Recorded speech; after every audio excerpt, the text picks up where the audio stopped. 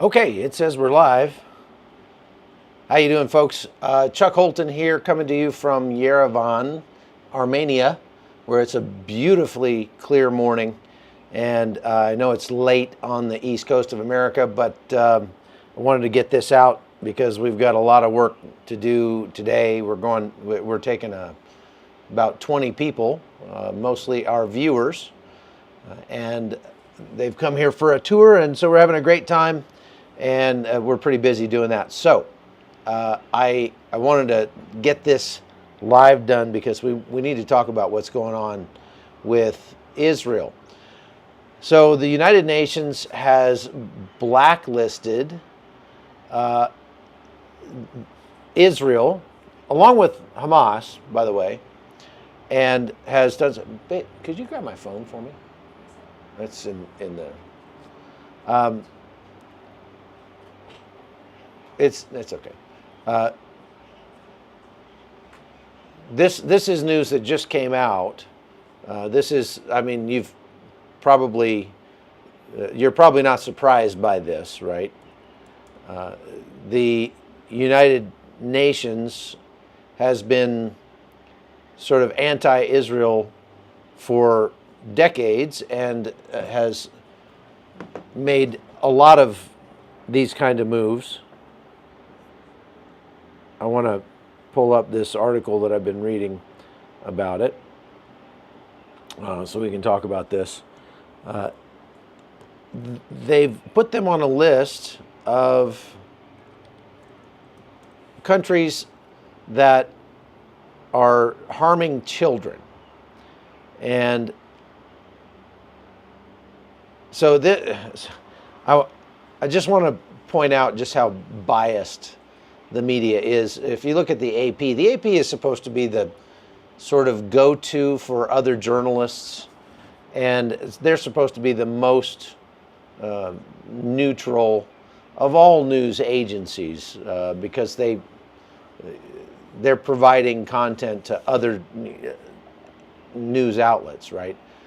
So we have a back-end subscription service where I can go to the AP video hub and get videos of news from around the world. And I noticed since the beginning of the war in Israel that the AP only really posts things from a Palestinian point of view. Just blatantly anti-Semitic in their reporting, blatantly pro-Hamas.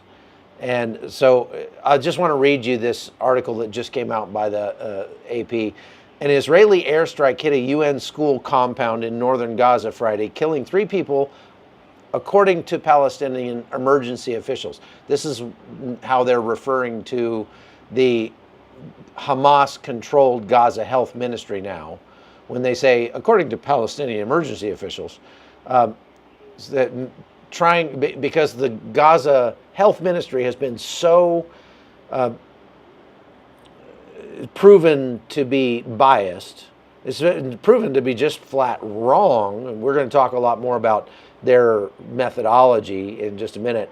But so these news agencies are now getting away from referring to the Gaza Health Ministry and instead using these euphemisms like Palestinian emergency officials. And so this article goes on. An Israeli airstrike hit a UN school compound in northern Gaza on Friday, killing 3 people, according to Palestinian emergency officials. A day after a similar strike on a school in Gaza's center killed at least 33 people.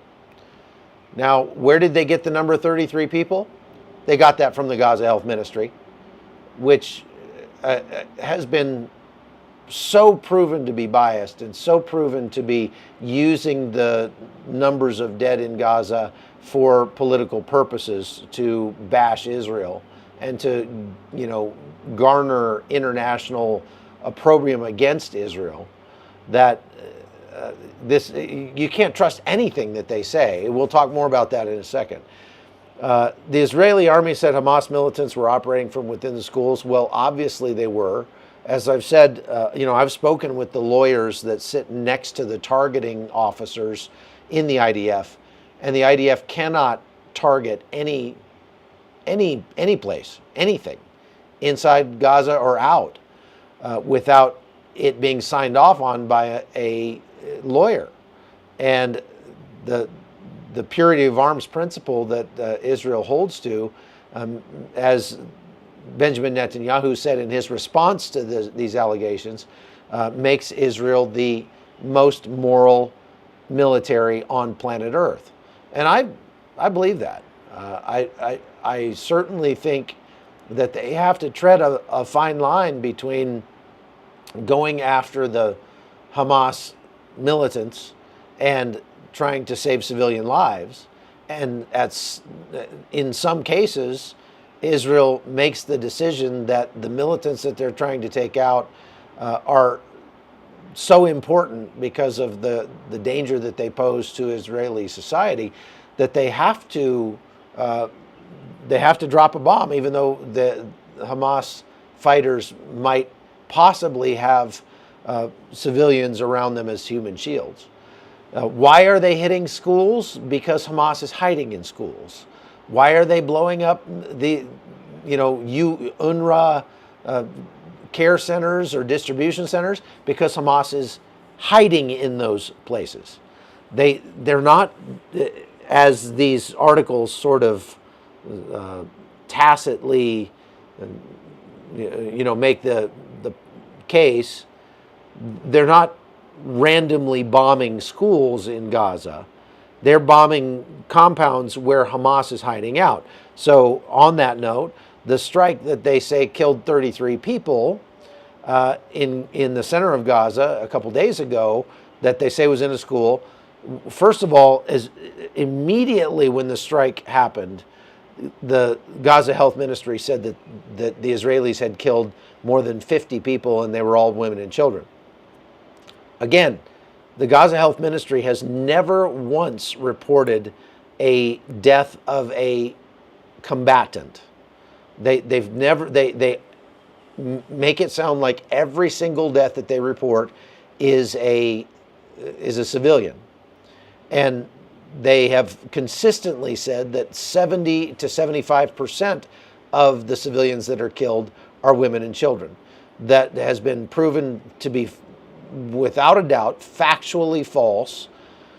And Israel, for its part, came out a day after they hit that school in the center of Gaza and released the names of 17 militants who were in the school that were killed, that they say were killed in that school, in that strike. Now, the AP says only 9 of those names matched with the records of the dead that the Gaza Health Ministry released, but again, the Gaza Health Ministry didn't release those records and didn't classify those dead as militants. They classified them as civilians. So the reason for this is obviously to make international pressure continue to mount on Israel to stop the war, to lose the war, because stopping means losing at this point. And this is causing a lot of rifts in the Israeli government. So this is important. Now, the United Nations, Israel and Hamas both got blacklisted, claimed to be violating the rights and protection of children in armed conflict in an upcoming annual report to the Security Council. Israel obviously was outraged at that. Now, let's go back to these articles about the Hamas, Gaza Health Ministry. I want to make sure we're still going. Have you heard anything about Cyprus? Okay, so Cyprus is still in recovery mode. Just got a new wheelchair. Thank you for asking, Jade. I appreciate that. So yeah, we're going to talk about We're going to talk about Benny Gantz and all that. Well, let's go ahead and talk about that real quick now. So I'm sure that there are people watching this live from Israel who know a lot more about the internal politics of the Israelis and can give a better answer to this. But I'll give you my understanding of it. Benny Gantz is a moderate, which means he's more left-leaning than Benjamin Netanyahu. Now, if Benjamin Netanyahu was an American politician, he would be a Democrat. He would be on the left. And so that means Benny Gantz would be more left than that. He wouldn't quite be on the, level of like AOC or, some of the absolute ridiculous left-wing people that have invaded the United States government, outright communists, terrorist sympathizers, and things like that we have in the U.S. government. But he would be further left than Benjamin Netanyahu. And that's the reason why the United States has been working more with Gantz, I would say, than with Netanyahu. The Biden administration has been kind of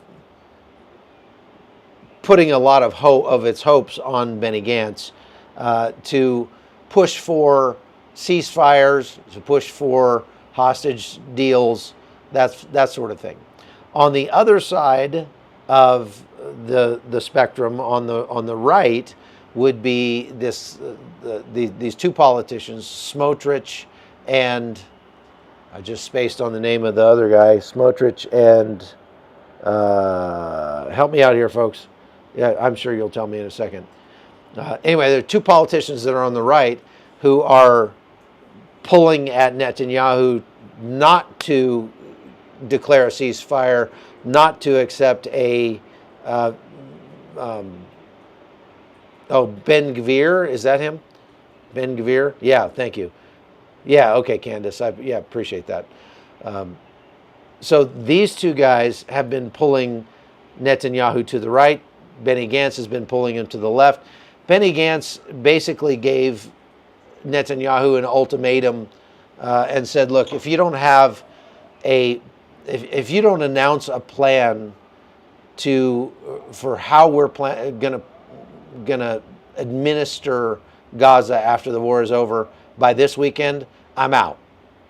And they haven't come up with a plan, so he's out. The real sticking point is about the Palestinian Authority, what part it's going to play in the post-war Gaza government. So even you look at like the administration of just the Rafah crossing with Egypt. The Rafah crossing was closed. Egypt closed it after the Israelis invaded Rafah and took over the crossing on the Gaza side. The Egyptians said, we're not going to work with the Israelis to get aid in through that crossing. So the Egyptians closed the crossing. The Biden administration has been negotiating with the Egyptians, trying to get them to open it back up. The Egyptians basically are mad about that because they're losing a lot of money in tax revenue from the tunnels that have been closed down that go between Gaza and Egypt. Israel says there are more tunnels that they haven't got to yet, and they want Egypt to destroy them. And Egypt is saying, no, we're not going to deal with that right now. We're not even going to talk about that right now.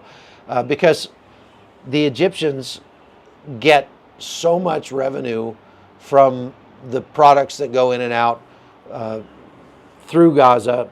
There is actually a UN force, I'm sorry, not a UN force, an EU force.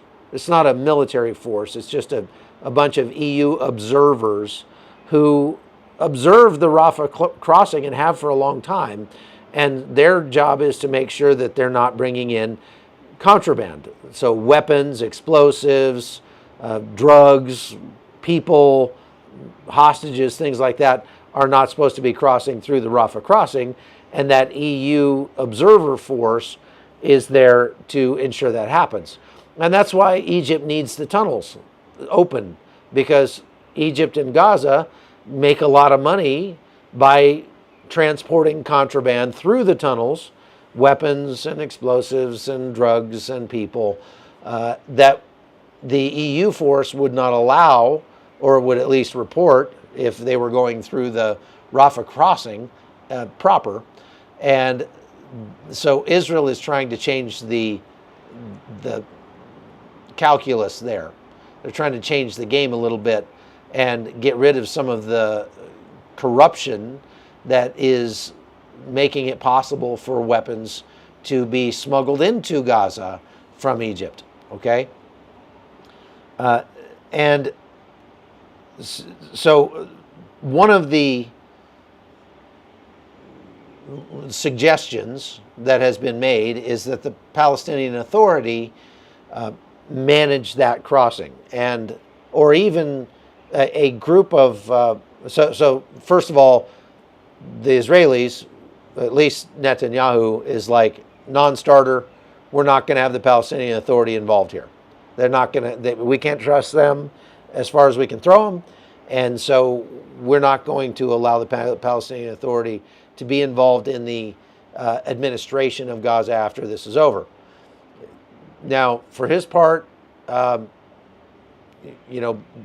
Benny Gantz, would have been more open to the Palestinian Authority being involved with that. And that's one of their points of contention. So then the United States came up with this thing that said, look, we've found 300 Palestinians that we've vetted to make sure that they're not Hamas operatives. And so we're going to suggest that you let those 300 people manage the Rafah crossing. And Israel's like, how about we vet those 300 guys and we decide whether or not we think that they are safe to allow them to manage this thing. This is a virtually impossible task, to find 300 people inside Gaza that would say no to Hamas if Hamas showed up with a load of hostages or drugs, or to say no to Egypt if Hamas was trying to smuggle weapons across that crossing at Rafah. To find 300 Gazan civilians that would do that is a fool's errand, because obviously everybody knows that the way Hamas operates is they show up and they say, you're going to do this and we're going to kill your family. I mean, or we might kill your family. And so, that's the way they even got power in the first place. So the United States is saying, well, some of these guys might actually be part of Fatah, which is essentially another terrorist organization, but they're not friends with Hamas. They're rivals of Hamas. And Israel's saying, okay, well, we might consider that. We might think about that. I mean, how ridiculous is that when you're down to the point where you're saying, well, we found this other terrorist organization that's not quite as bad as Hamas, or at the very least, they're a rival of Hamas. So maybe we'll let those guys control the border. Maybe we'll let those guys manage Gaza after this is all over, because we can't find anybody else that's even remotely reasonable. This is the difficulty that they are dealing with, that the Israelis are dealing with inside Gaza. Now let's talk about the numbers here, because again, Israel just got put on this blacklist by the United Nations, along with Hamas, for putting children at risk. And the reason they're put on the blacklist is because the United Nations is citing these numbers of children who are being killed and wounded inside Gaza. But as we just showed, those numbers are literally coming directly from the Gaza Health Ministry, which is a wholly owned subsidiary of Hamas, and everybody knows it, okay? Everybody knows it. So there's two studies here. The first one, this is from the Times of Israel. Analysis finds flaws in Hamas data, a drop in rate of Gazan women and children killed. So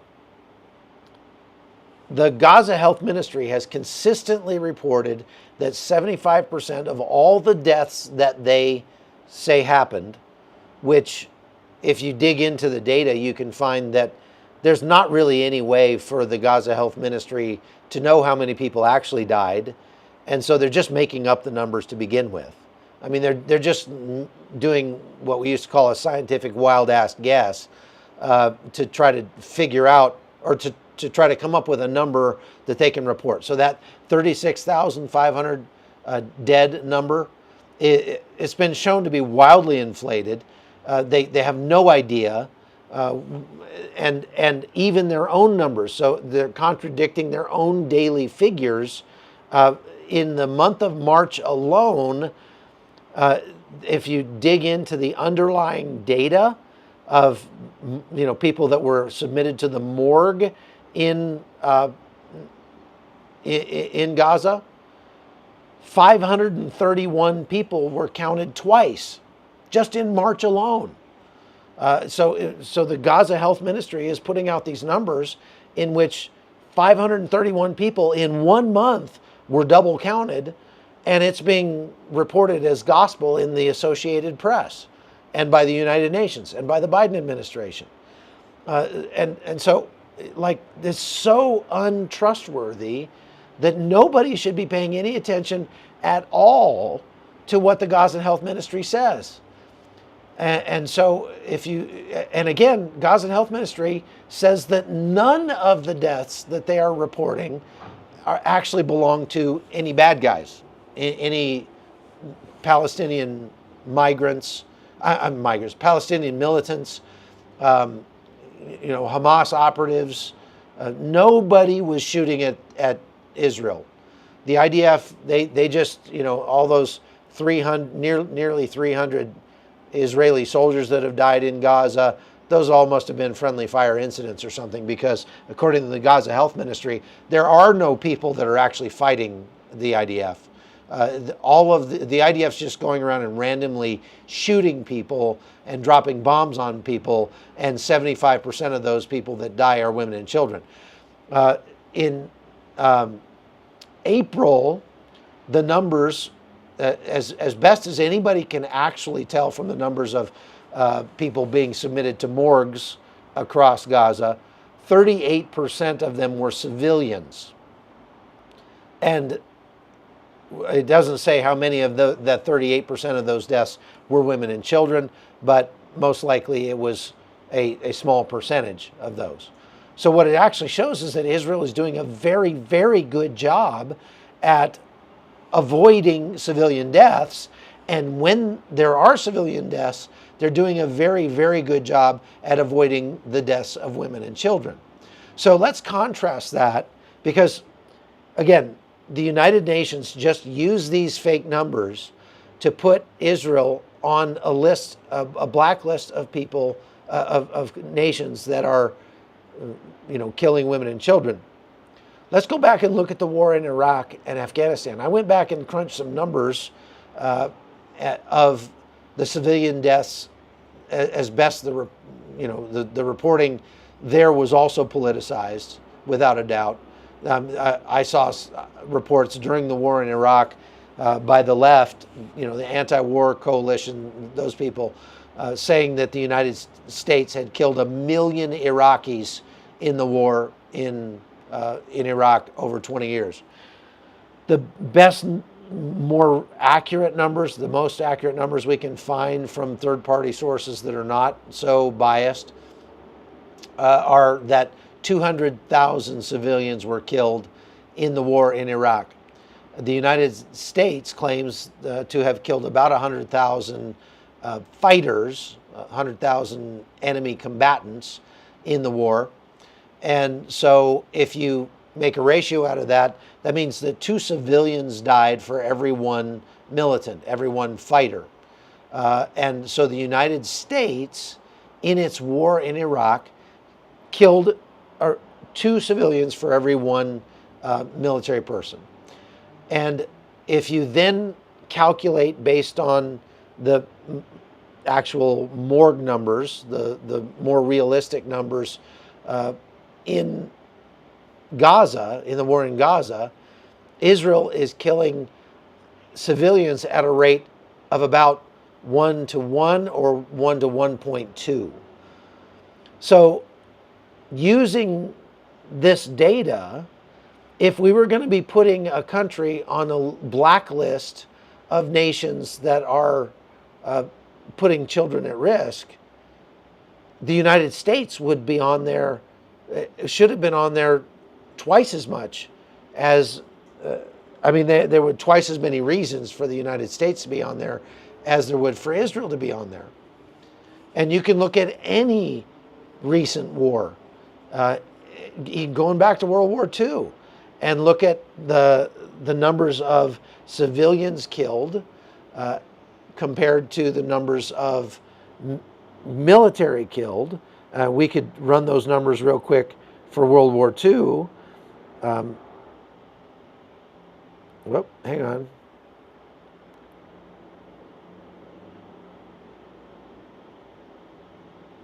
Let's see. What was the ratio?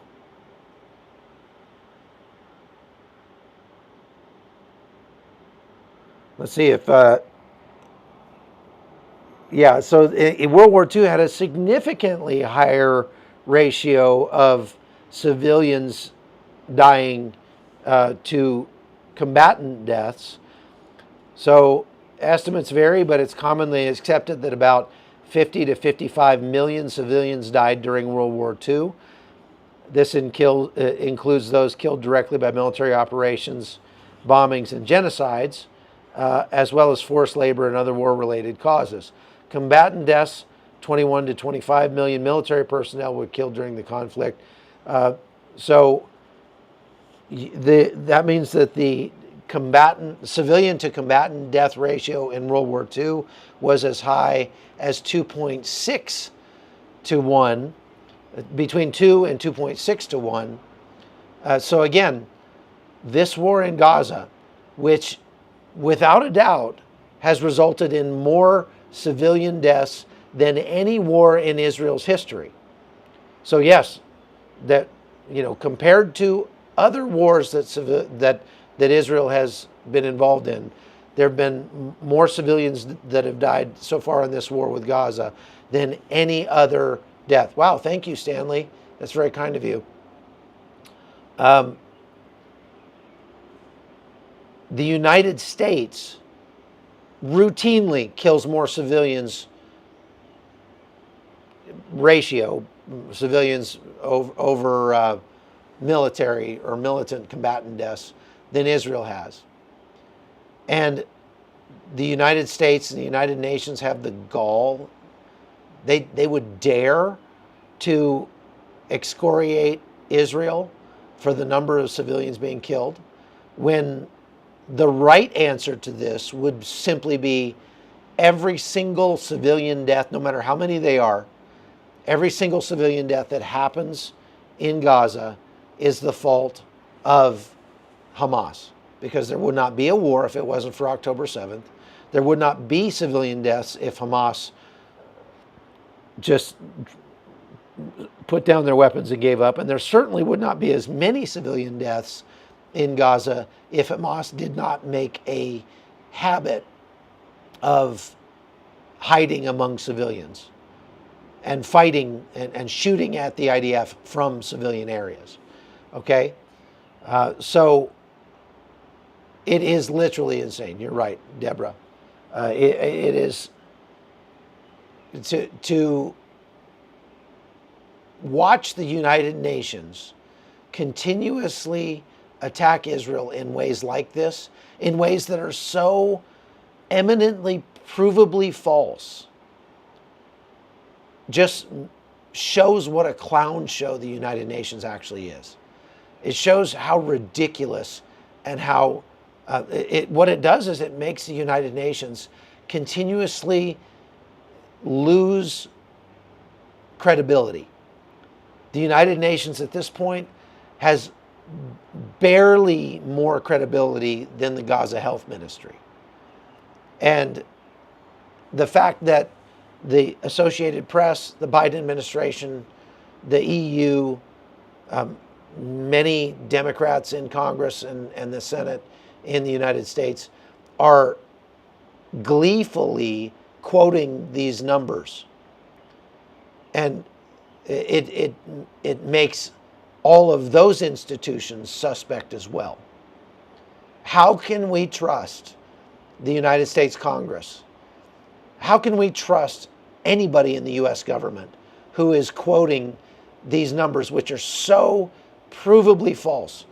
30 seconds of research on Google can disprove these numbers. You don't have to be an expert on Gaza, on Israeli history, on the Israeli military, on any military. You don't have to be a military expert at all. ChatGPT can tell you why all these numbers are wrong. It is so provably false that any organization who is quoting these numbers makes itself a farce. And we should be constantly pointing that out. When we see these numbers being bandied about social media, we should be just crushing them everywhere we see them. And so I want, part of the reason I'm doing these lives, part of the reason I keep doing this is because I want to give you the ammunition that you need to go out there and fight this misinformation. And that's what it is. It's not, this is not accidental, okay? This is intentional misinformation, and it needs to be called out. And it's our job to do the research and to call it out. Fortunately, the research is so easy to find now. I mean, it's so easy to disprove these numbers. It's ridiculous. So now I want to talk real quick before that's all I had to say today, but I want to talk real quick about the danger to the Israeli government here. So the Israeli government right now is sort of starting to crumble. Part of the reason that it's starting to crumble is because the United States and other international bodies have been doing everything they can to drive a wedge between the Israeli people. They've been caught acting as agents provocateurs inside Israel to, gin up dissension and anger and cause hundreds of thousands of Israelis to take to the streets against their government. The United States, if it was happening the other way, if Israel was directly coordinating with people that were protesting against the Biden administration in the United States, the U.S. would definitely have something to say about that. And yet the Biden administration has no problem doing that to Israel. But to the extent that Israel allows these outside influences to cause dissension in the ranks, it increases the chances that Israel will never be able to come to a satisfactory conclusion in this conflict. Scorp Natasha says, do you think they can hold out till our elections? I think the Biden administration is going to continue to ramp up pressure on the Israeli government to ensure that they cannot hold out until the elections. If you notice, the Biden administration is not pressuring Hamas. They're not pressuring Hezbollah. They're not pressuring the Lebanese government to crack down on Hezbollah. They're not pressuring Iran to stop funding Hezbollah, Hamas, and the Houthis. They're not bothering with any of that to try to stop the war. The United States is not pressuring Egypt. They're not pressuring Qatar to kick out Hamas leaders from their country.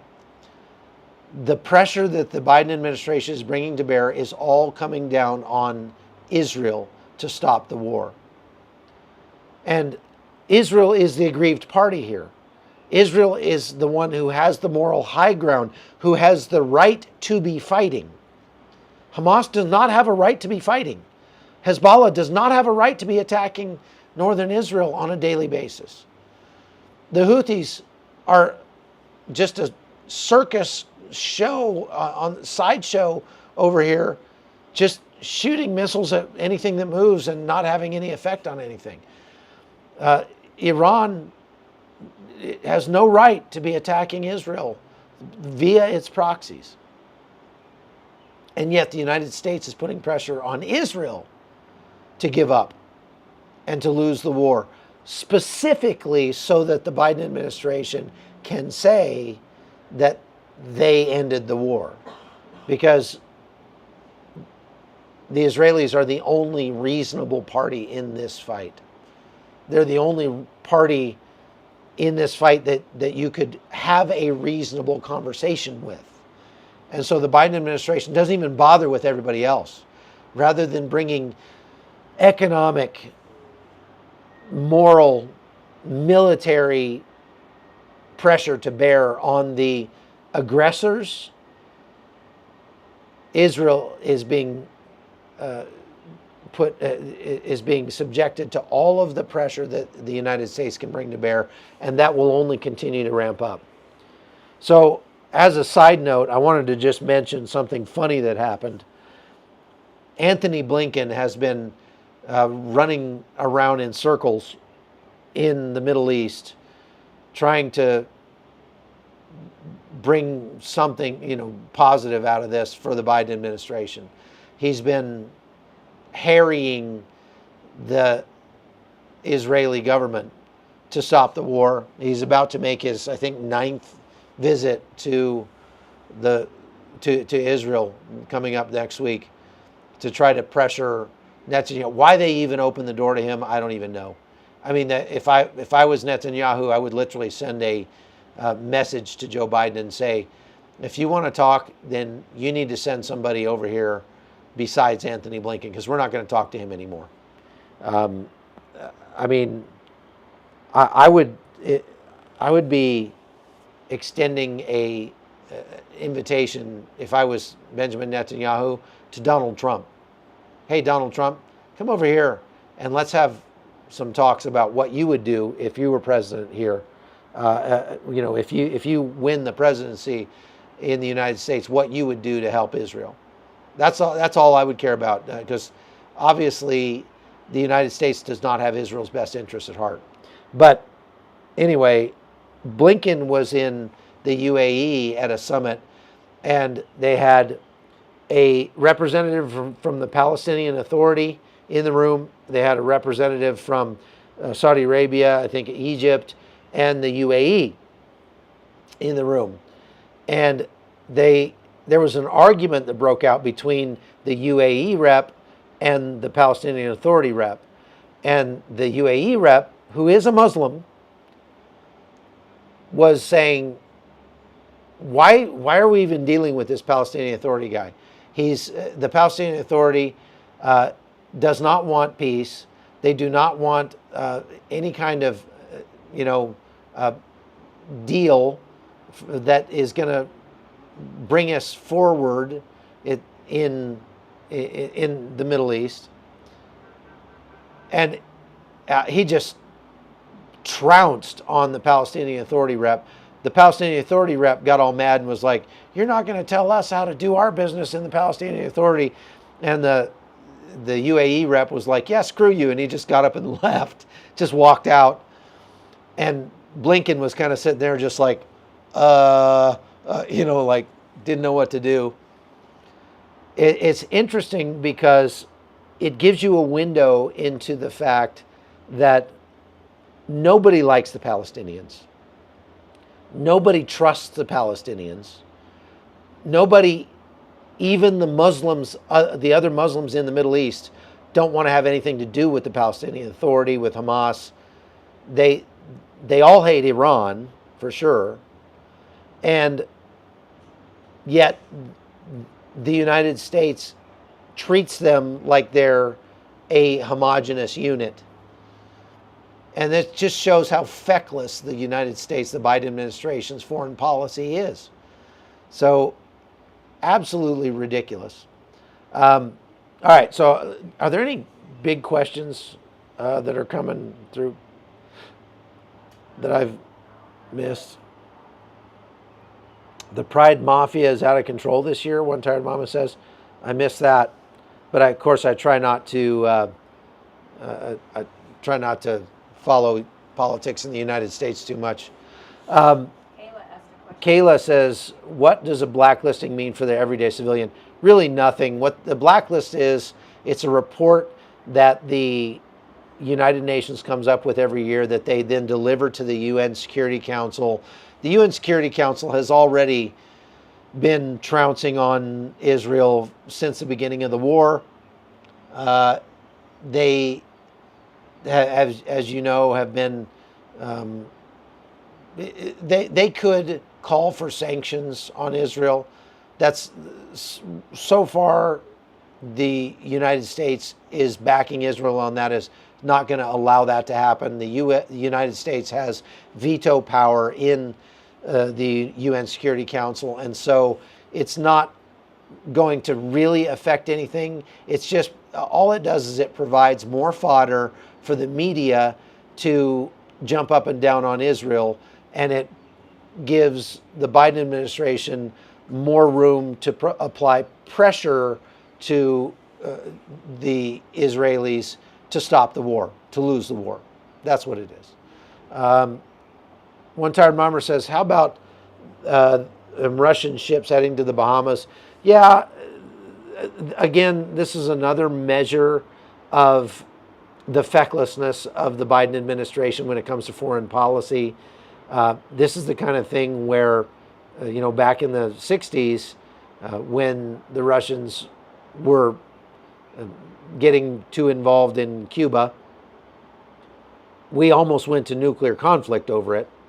And right now, the Russians, it also is a measure, One Tired Mama, of how bad the Russians are doing in the war in Ukraine. Believe it or not, what they're trying to do is sort of distract from their losses in the Black Sea. The Ukrainians have been putting together these drone boats, the huge fleet of suicide boats that are uncrewed. Okay, so they're robotic drone boats in the Black Sea, and they've been absolutely decimating the Russian fleet in the Black Sea. And that is not a good look for Russian power overseas. It's made in this part of the world Russia look very weak, and it's caused Russia's adversaries, including the United States, to start nibbling around the edges of the area that Russia pretty much had locked up as far as their foreign influence, like here in Armenia. And so this is a way that Russia can sort of poke the United States in the eye and, pretend to threaten the United States. Is this a threat to the United States? In reality, no, it's not. The Russians are not a threat to the United States militarily. You might say, oh, they have all these nuclear weapons. Yes. And the second they tried to use one of them, Russia would cease to exist. No question about that. The Russian military, as far as their Navy goes, is orders of magnitude weaker than the United States Navy, even though the United States Navy has been cut in half since the Obama administration. The United States Navy has been, they're not in good shape, but even in the shape that they're in, they're still in better shape than the Russian Navy. So if they tried to be a military threat to the United States, they would get put in their place very, very quickly. So please go hit the like button, folks, while we have a second. Just remember to like the video. It really does help. It helps the channel grow. It helps, it doesn't cost you anything, but it really does help us. So we really appreciate it if you go hit that like button. Also, if you want to see some of the videos that I'm not able to put up on YouTube, please go to chuckholton.com and subscribe over there. That's our locals page. Again, it helps me continue to bring you this kind of news and stay in the field by going and subscribing over on chuckholton.com. Okay, so that's about all I've got for today. I've got a lot of stuff going on today, and I've got to get going here, so I'm gonna end it there. Thank you very much for being a part of the Hot Zone. I appreciate all of you, and so we'll see you again next time. Take care.